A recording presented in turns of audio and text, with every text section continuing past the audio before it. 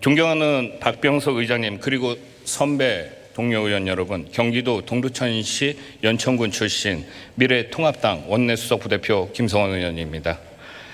오늘 이 자리에서 여야 합의 없는 첫 본회의 이후에 또 여전히 여야 합의 없는 본회의에서 발언하는 제 심정은 제1야당 원내수석으로서 참으로 참담하고 착잡한 그런 심정입니다.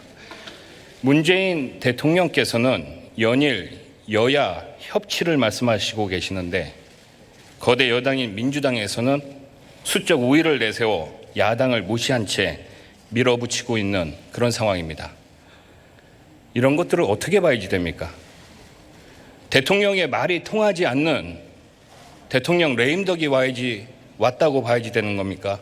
아니면은 대통령께서는 협치를 얘기하고 민주당에서는 숫자로 밀어붙이는 행동으로 하는 국민을 상대로 한 짜고 치는 고스톱하는 중이십니까? 그 판단은 현명한 국민들께서 해주시리라고 생각합니다. 오늘 대한민국 국회에서 우리 국민들이 도저히 묵과할 수 없는 일이 자행될 우려가 있습니다. 첫째, 미래통합당 야당 의원들이 상임위원회에 선임되지 못한 상황에서 일부 상임위원장 선거를 일방적으로 강행한다고 하면 헌법에 보장된 기본권 중에 하나인 피선거권을 헌법기관인 국회의원에게서 박탈하는 그런 행위입니다.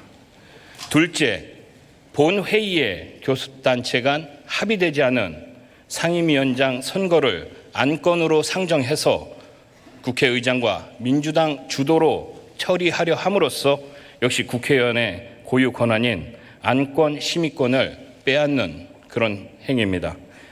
평생 의회주의자라고 자부해온 존경하는 박병석 국회의장과 또 입만 열면 민주화의 적자임을 내세운 민주당은 어떻게 이러한 의회를 진행할 수 있겠습니까?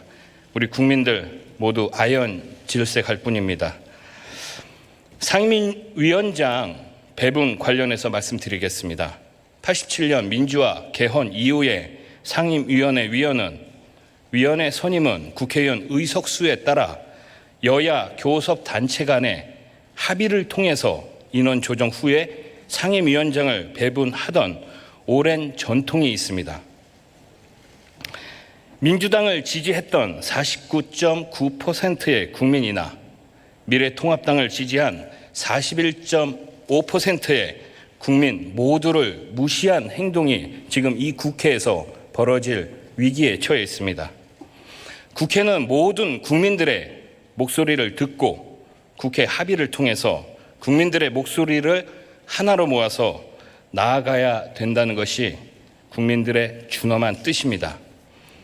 국회의장이나 다수당이 되었다고 해서 41.5%를 지지한 제1야당의 의견을 무시하고 승자 독식으로 국회를 독단으로 운영하게 되면 국회가 국론 분열의 장이 되면 물론 협치의 배는 가라앉게 됨을 강력하게 말씀드립니다. 견제되지 않은 권력은 반드시 저주받게 되어 있다는 말씀도 또한 드립니다. 국회의장님, 그리고 선배 동료 의원 여러분, 미래통합당이 거대 여당일 때는 의회 독주를 하지 않았습니다. 21대 개원 국회와 거의 유사한 상황이 지난 18대 개원 국회 때였습니다. 당시 여당이던 한나라당은 172석, 민주당은 81석의 의석을 갖고 있었습니다. 그럼에도 불구하고 18대 당시에 한나라당은 법사위를 야당에 양보했을 뿐만 아니라 배분 비율상 오히려 한 석을 민주당에 더 양보했었습니다. 그것은 야당과의 협치와 타협으로 국회를 운영하겠다는 그런 의지였습니다.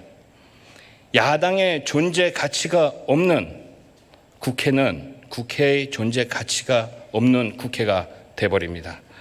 87년 민주화 항쟁 이후에 김대중 전 대통령께서 야당 총재 시절에 국회의장과 상임위원장을 의석수대로 배분해달라고 요구해서 오늘날까지 여야 합의에 의한 원구성이 지켜지고 있는 것입니다.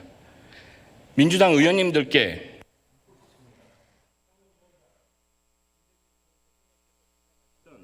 상임위원장의 여야 합의의 오랜 전통이 민주당이 야당일 때와 여당일 때 다르게 되는 것입니까? 똑같이 적용해 주시길 바라겠습니다. 마이크 꺼졌지만 조금 더 말씀드리겠습니다. 조금 경청해 주시기 바랍니다. 계속하세요. 법사위원장 관련해서입니다. 이미 민주당과 범여권이 연대할 경우 180석을 훌쩍 넘는 그런 의석수를 확보했습니다.